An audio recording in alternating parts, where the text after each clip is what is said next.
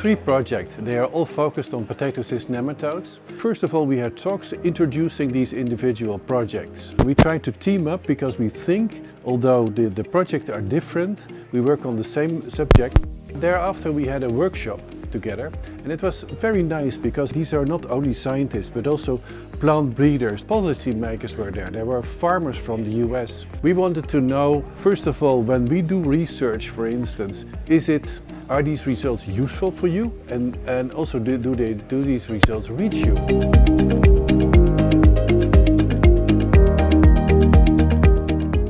I think the workshop's been excellent. It was exactly what we'd hoped for. We had some really good interactions with some growers that travelled over from America.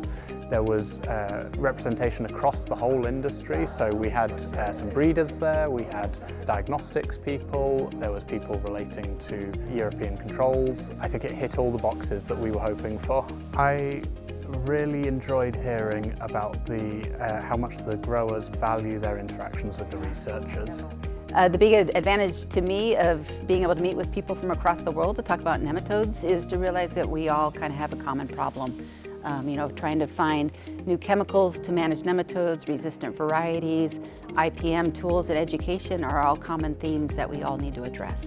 It's reassuring that the same problems and management tools are coming up again and again, despite being very far apart across the world.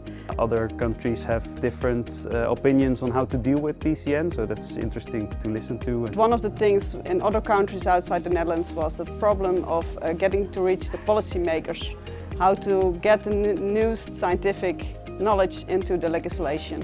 Having that trust with the growers and with the industry and ultimately with the policymakers will help us deploy things correctly.